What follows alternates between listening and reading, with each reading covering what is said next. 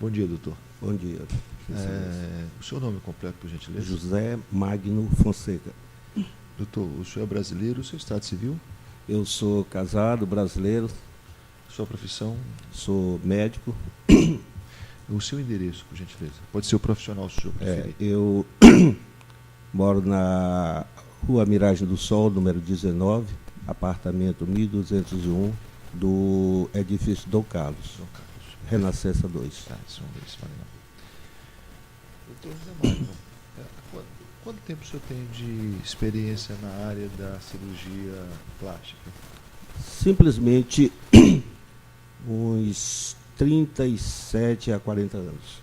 Desde 74, me formei em 73, desde 74 que eu já desempenho essa função, acompanhando um profissional por nome Jair Garcês, que foi quem me convidou para ser o seu auxiliar. Entendi. Então o senhor tem muita experiência na área. Muito. Muita experiência na área. Inclusive, posso até, à guisa de instrução, eu fui professor durante 37 anos, né, com o curso de mestrado na Universidade Federal do Maranhão. Fui durante 25 anos médico no serviço de urgência. Já percorri todo esse percurso da Ilha de São Luís. Já fui médico em São José de Ribamar, na Raposa, fui médico aqui na cidade de São Luís, e também já fui médico no Raposa, São José de Ribamar e a outra é Passo Lumiar? Passo Lumiar. Perfeito. Então, o senhor conhece bem a área da cirurgia plástica. O senhor chegou a examinar a autora, Examinei isso, senhor. né? Atualmente, na atualidade, ela tem alguma marca, alguma cicatriz que possa, a partir dela, deduzir, o senhor pode deduzir algo que, né, o senhor juntou nos laudos, mas eu não consegui. Perfeito. Eu fiz questão de trazer algumas fotografias, excelência, para mostrar a atualidade em que se encontra a nossa reclamante. Entendeu? Ela, por ser ter a profissão de contadora, né? Não, vamos nos ater à questão aqui, local. Então ela tem já dificuldade de sentar, tem várias sequelas, entendeu? Como se pode ser visto, quer dizer, fez uma cirurgia para fazer exatamente um tratamento estético e hoje está muito pior do que estava. As fotografias demonstram porque ela tem um excesso de gordura, tem o excesso de pele, deformidade do abdômen, que foi proposto, e cicatrizes que dificultam, inclusive, né, a sua apresentação com roupas mais íntimas. E a dificuldade que ela tem de passar muito tempo sentada para desempenhar a sua função de contadora. Perfeito. Então, isso, as consequências dela. Em função disso, me diga uma coisa. O senhor examinou toda a documentação, todo o prontuário? São oito processos, né? 8 volumes. 8 volumes. Exatamente, 8 volumes. E o senhor consegue identificar se houve alguma... Quais as razões dessa dificuldade que o senhor tem? Olha, a começar pelo diagnóstico formado. Para não ser muito prolixo, nós temos que fazer diferença, ou melhor, conhecimento a respeito da terminologia dessa cirurgia. A lipoplastia é um tratamento que se faz, né, com o tecido subcutâneo, a gordura do tecido subcutâneo, sem ressecção de pele. A lipoaspiração é uma aspiração de gordura do contorno corporal com a finalidade estética. E a lipoescultura, ela tem como princípios preencher espaços, cicatrizes, né, com seringas também com fim estético. Ela foi inventada por Hilot, né, o francês, e no ano de 1980 ele apresentou o seu trabalho aqui no 17º Congresso Brasileiro de Cirurgia Plástica em Fortaleza. Mas eu pergunto o seguinte, especificamente em relação ao caso da autora, né, da autora desse processo. O senhor conseguiu detectar alguma dificuldade, ou seja, quais são como ela chegou ao estágio atual? É isso que eu quero... Acontece, Excelência, que ela sofreu, né, uma cirurgia, no qual essa cirurgia não teve sucesso devido aos problemas, né, que aconteceram durante o período em que ela foi realizada. O senhor conseguiu, pela documentação que o senhor examinou, pela experiência que o senhor tem, pela literatura, o senhor conseguiu identificar algum nexo, não, uma relação entre a cirurgia e as consequências atuais que ela sofre? Perfeitamente. Ou seja, houve algum equívoco nessa cirurgia? Excelência, começar pelo diagnóstico, Excelência. A nossa reclamante, entendeu? Ela teve inicialmente um diagnóstico, a meu ver, errado. Ela, apesar de ter uma flacidez e aumento de gordura tecidual, ela jamais deveria ser indicada uma cirurgia como lipoaspiração por hidrolipo, entendeu? E sim feito uma cirurgia adequada, que no caso seria uma lipoaspiração depois de ter feito uma dermolipectomia com preenchimento da região glútea. Por quê? Porque a região anterior ela é principalmente segura por um músculo chamado músculo reto anterior do abdômen, reforçado pelos músculos oblíquo externo, oblíquo interno, pelo músculo transverso. Esses músculos eles formam uma verdadeira barreira, chamada bainha dos retos anteriores do abdômen. São eles que promovem a segurança de todo o processo visceral que existe dentro da cavidade abdominal. Então, são esses músculos que, após a gravidez, há uma dilatação de todos esses tecidos, a fim de que o abdômen, após crescido durante o período da gravidez, mesmo retornando, ele não volta à sua condição normal. Então, essa diástase, que é afastamento da musculatura normal, ela volta, mas não volta nas mesmas condições. Então, mesmo que você tire o excesso de gordura existente na parte externa, já que a mulher tem mais gordura na parte externa do que o homem, que a gordura é mais interna, razão porque até morfologicamente se compara, não é? A figura do homem comparado a uma maçã e a mulher de uma pera. Ou seja, a parte superior é mais estreita e a parte abdominal é mais alargada, justamente por causa da bacia, onde vai justamente se criar o conceito. Mas essa disposição adiposa se retifica muito mais no homem do que na mulher. Sim, mas então, esse diagnóstico, entendeu? Não pode ser feito simplesmente por uma lipoaspiração, porque você tira... Mas isso o senhor fala do abdômen e da parte do glúteo. Sim, vou lhe explicar, vou chegar até lá. Certo. Porque essa parte abdominal, se você não reforça através de um tempo cirúrgico chamado plicatura abdominal, automaticamente você continua com a mesma flacidez abdominal. Não adianta tirar a gordura superficial, porque ela não vai resolver o problema estético da pessoa.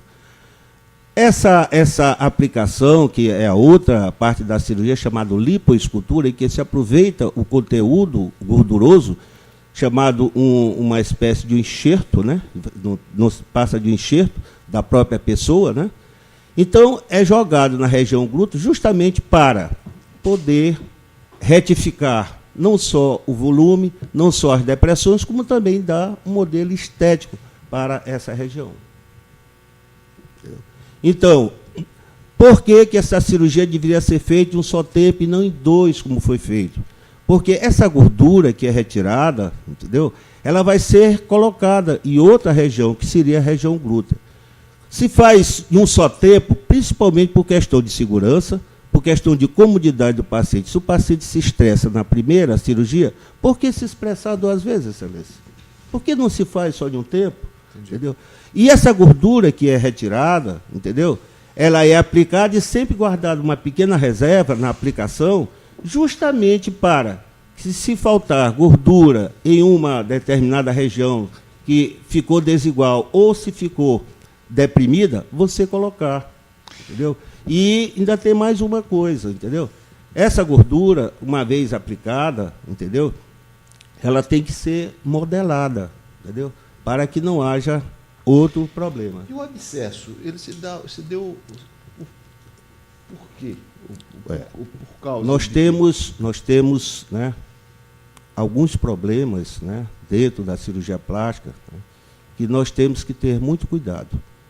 Um dos problemas mais sérios é justamente a falta de asepsia, que pode levar a uma contaminação dessa região. Recordo que o nosso saudoso desembargador João Miranda foi vítima de uma patologia bem parecida com essa dela, que foi a síndrome de Fournier, uma patologia bem parecida com essa da nossa reclamada, que se caracteriza por uma região, justamente a região perineal, naquela região glútea, em que há um processo de inflamação que começa avermelhado, depois ela se torna escura, dor, necrose e expansão causada por uma bactéria chamada Escherichia coli. Que o processo de inflamação é muito grande, muito rápido, e se não cuidado a tempo ou feito a retirada desse tecido necrótico, pode levar o paciente a óbito. E essa contaminação, ela se dá... Quais são as causas? As causas principais é o material que se vai usar. E também o manuseio da pessoa que vai usar. Logicamente, não é só o médico que toma parte no contexto cirúrgico. Nós temos nossos auxiliares. Por exemplo, pelo que eu li no relatório, há uma espécie de procedimento que eu não encontrei em livro nenhum. Botar a pessoa em pé, entendeu? E fazer a aspiração em pé. Não existe, eu nunca vi em livro nenhum. Porque geralmente o paciente fica em decúbito dorsal, ou ventral, ou lateral, e é isolado através de lençóis de material que, esterilizado, evita o contato com o meio não esterilizado. Entendi. E também o material cirúrgico, que é passado por autoclave, né? E nós utilizamos, mas a gente tem esse cuidado pela nossa formação profissional, mas nem sempre os nossos técnicos, nossos ajudantes, às vezes por um descuido ou outro, pode haver uma contaminação. A principal bactéria, que é o abscesso, o microbactéria abscesso, ele existe em qualquer lugar, e ele é uma bactéria de progressão rápida, entendeu? Se não agido a tempo, ele pode levar a processos muito mais prolongados, como foi o caso da nossa reclamante. Perfeito. Doutor, tem perguntas? Excelência. No microfone, doutor. Doutor, eu gostaria de saber se o diagnóstico tardio por parte da requerida agravou a situação da autora. Perfeitamente. O diagnóstico, quando não é feito precocemente, né, através de exames laboratoriais, entendeu? Como ele tem um crescimento rápido, então facilmente ela se desenvolve, razão porque ela passou aproximadamente 60 dias internada. Eu gostaria de saber também se os sintomas que essa bactéria originou, esse abscesso, são parecidos com doença venérea. São sintomas similares. A própria semiologia médica nos indica uma diferença muito grande entre uma infecção bacteriana e uma infestação virótica. A infecção bacteriana, ela tem um caráter muito mais abrangente e acomete muitos mais tecidos não delicados, como a mucosa. A virose, no caso da doença venérea, né, a virose ela ataca principalmente as mucosas, né? Então você vê que o herpes ele é mais comum nos lábios, é mais comum no nariz, é mais comum na região do prepúcio, da glande, e na mulher, na parte vaginal. Se caracteriza pela presença de uma vermelhidão do local, a presença de pequenos nódulos, entendeu? E vesículas.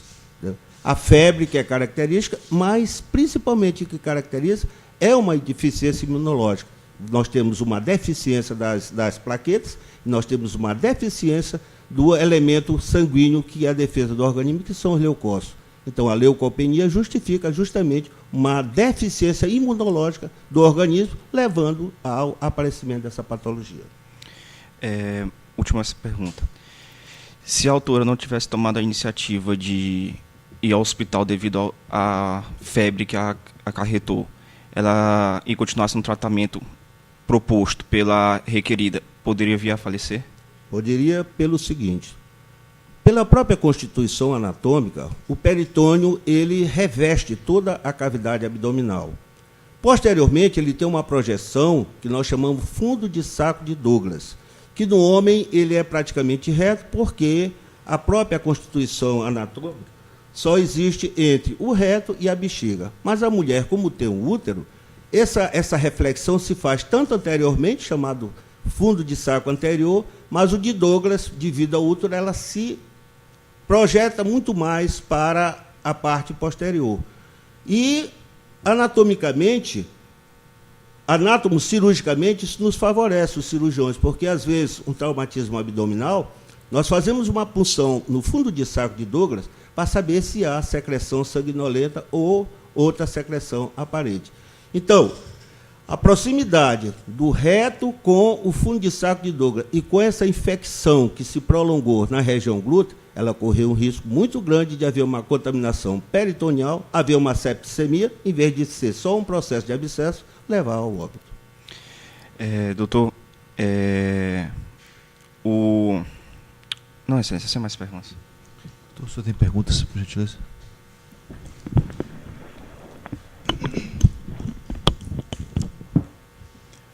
Boa tarde, doutor.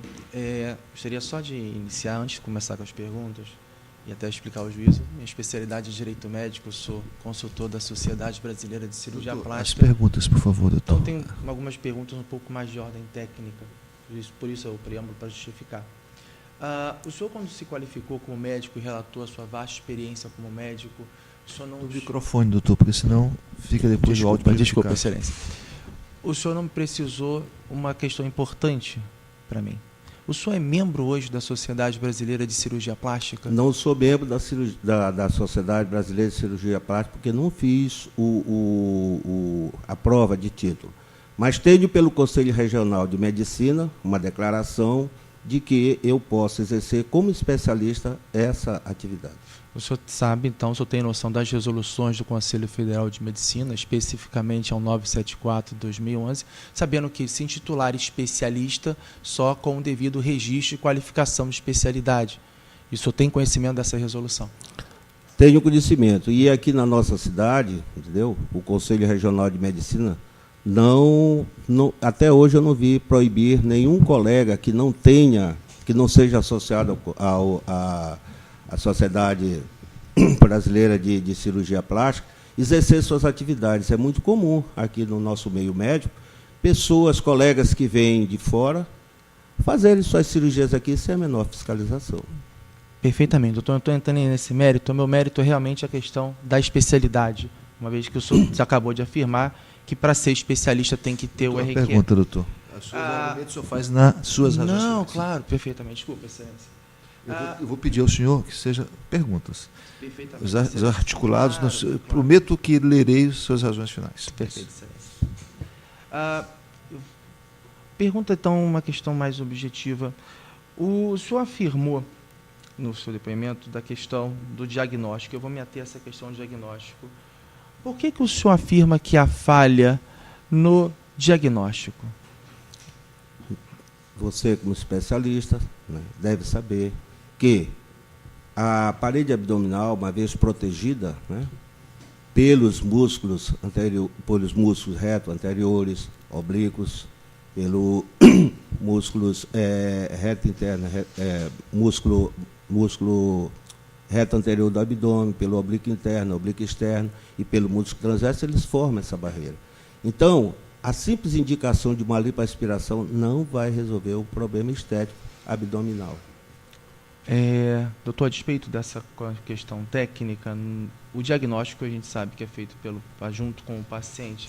Há relatos, o senhor atestou que leu o processo, há relatos nos autos de que a paciente queria apenas uma lipoaspiração. Eu gostaria de entrar nesse ponto de lipoaspiração e da questão técnica entre a diferença de hidrolipo e lipoaspiração, até pelas questões técnicas impostas pelo Conselho Federal de Medicina. Perfeitamente. A especialidade de medicina estética ainda não foi declarada. mas há um curso que você faz, né, de aproximadamente 2 anos, né, feitos em finais de semana, que faz com que esses profissionais exerçam a sua função. Mas é preciso que você tenha um apanhado, né, interno de conhecimento para que você possa exercer. Eu fui cirurgião geral a vida inteira. Eu fui professor adjunto da Universidade Federal de Anatomia durante 37 anos. Então, eu me sinto gabaritado de conhecer boa parte do corpo humano e essa seguridade me faz com que eu desempenhe essa função que eu aprendi desde esse tempo com um profissional conhecido aqui no nosso local, que frequentou o curso de Dr. Ivo Pitangui. Excelente, perfeito. Inclusive, eu sou preceptor lá desse curso. Eu gostaria só de falar o seguinte, perguntar se na indicação, eu vou reformular para fazer perguntas subjetivas, na indicação, durante a indicação de um procedimento cirúrgico, se o desejo do paciente é levado em consideração. Uma resposta mais objetiva, por favor. Sim. O desejo dele é preferencial. Cabe ao profissional mostrar as indicações, o resultado que pode se obter mediante o esclarecimento do trajeto dessa cirurgia, os riscos cirúrgicos que ele vai correr, né, para que não haja nenhuma dúvida no resultado final. Porque todos os nossos pacientes que nos procuram com FIA estética, eles só têm uma vontade, de ter sucesso na nossa cirurgia, e esse também é o nosso objetivo. Perfeito, doutor. E agora sim, levando em consideração hoje o Código de Ética Médica, eu gostaria de perguntar ao doutor se a palavra final de um procedimento, se ela é do médico ou ela é do paciente. Quem decide realmente que vai fazer o procedimento é o médico ou o paciente? Eu, na minha concepção, depois do esclarecimento, o paciente tem a propriedade de dizer se aceita ou se não aceita. Uma vez que você esclarece todos os passos da cirurgia, todo o processo que ela vai recorrer, os exames que são feitos previamente, então o paciente decide se vai ou não fazer a cirurgia. Perfeito. Então, estabelecido que o paciente aqui decide, vamos fazer então essa questão. O senhor compulsão nos autos verificou se há termo de consentimento informado? O documento que eu recebi existe, mas não foi assinado. Gostaria de passar para... Não, a documentação está nos autos, doutor, só para saber. Então, existe um termo de consentimento informado? Existe um termo de consentimento que aquele que me passaram não foi assinado pelo paciente. Vai ser objeto depois de a gente apurar. Há nos autos, doutor, os exames pré-operatórios realizados? O senhor sabe informar se ela realizou exames pré-operatórios? Fez sim, fez os exames pré-operatórios. Os exames pré-operatórios constavam normais, ou seja, tornando ela apta ao procedimento cirúrgico? Perfeitamente. Perfeito. Durante o procedimento cirúrgico realizado, houve registro no relato cirúrgico, uma vez que é só possível analisar através do relato, alguma intercorrência durante o procedimento, doutor?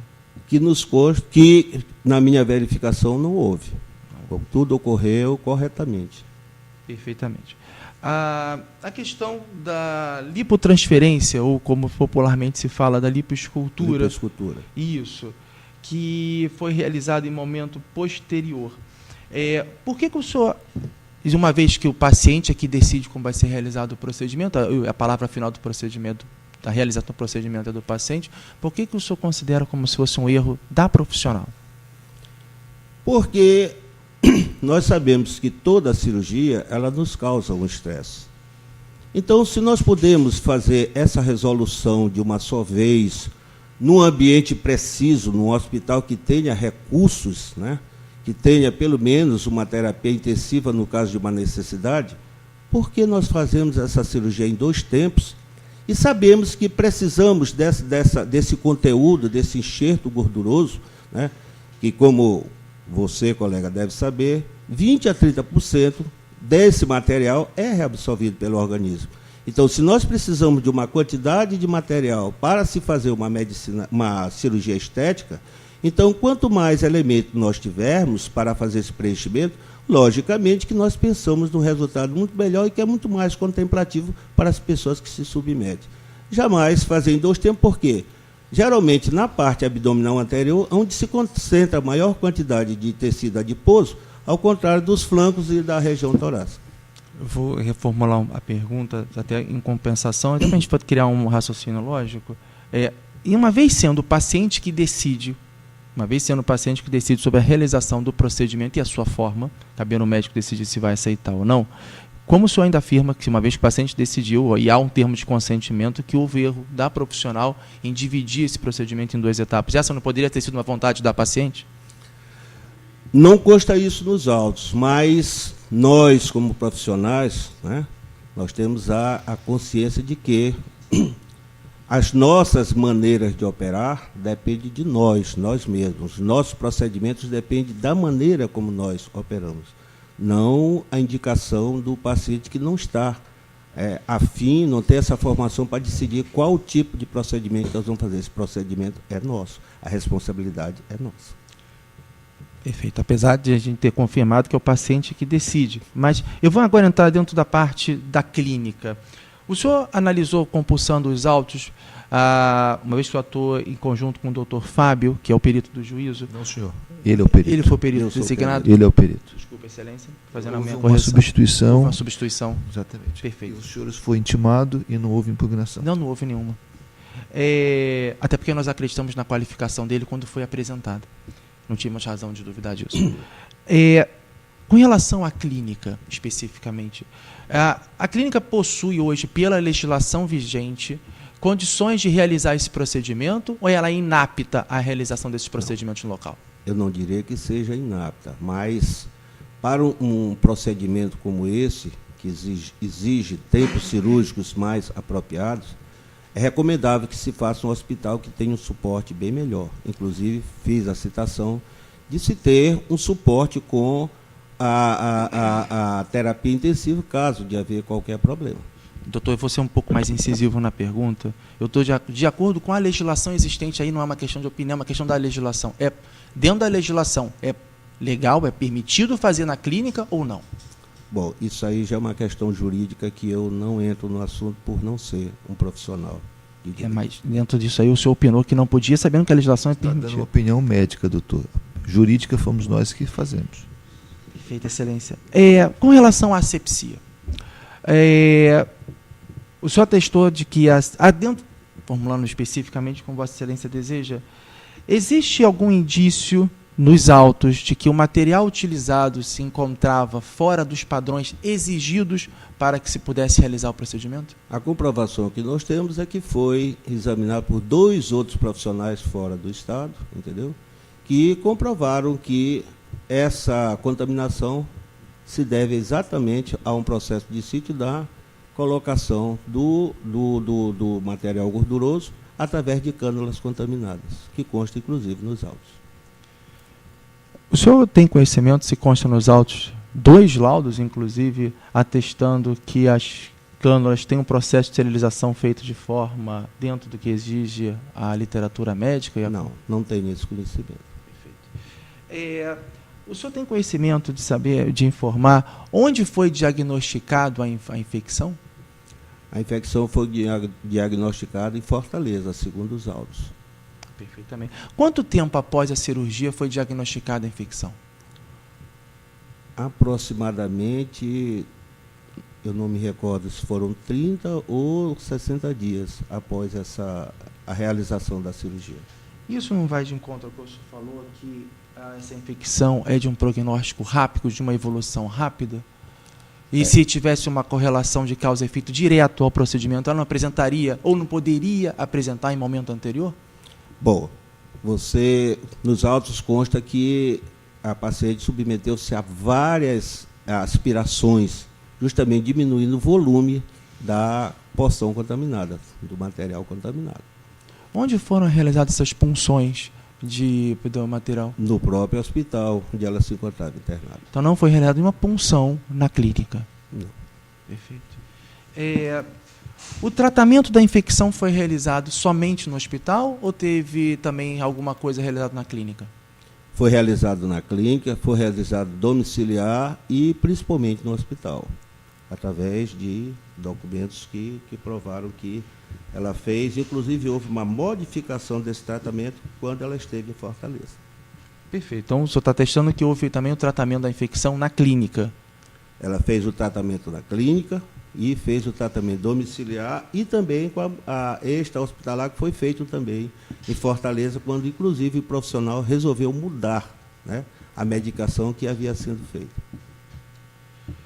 Eu vou finalizar com 2 perguntas, e até para a gente esclarecer, porque é importante esse fato. Onde o senhor trabalha atualmente, doutor? Bom, atualmente eu trabalho como médico do trabalho e como perito. Perfeitamente. O senhor já realizou algum tipo de procedimento ou alguma intervenção dentro do seu cunho profissional na Clínica São José? Trabalhei muito tempo na Clínica São José, muito tempo, porque eu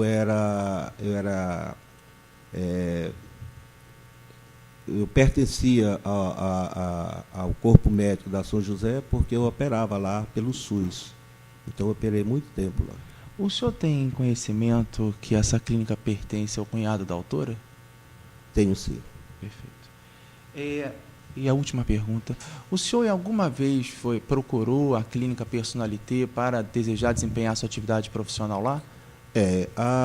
Se você não conhece, a Ildenê, ela foi minha aluna e também foi minha cliente, porque ela foi operada pelo meu professor e cunhado, Dr. Jair Garcês, e eu fui o seu auxiliar. Então, uma vez ela me convidou para eu trabalhar e eu fui. Mas devido às minhas ocupações como oficial médico da Polícia Militar e como professor da UFMA, eu não tinha tempo disponível para exercer minhas atividades lá. Não passei mais de um mês. Tá. Sem mais perguntas, excelência.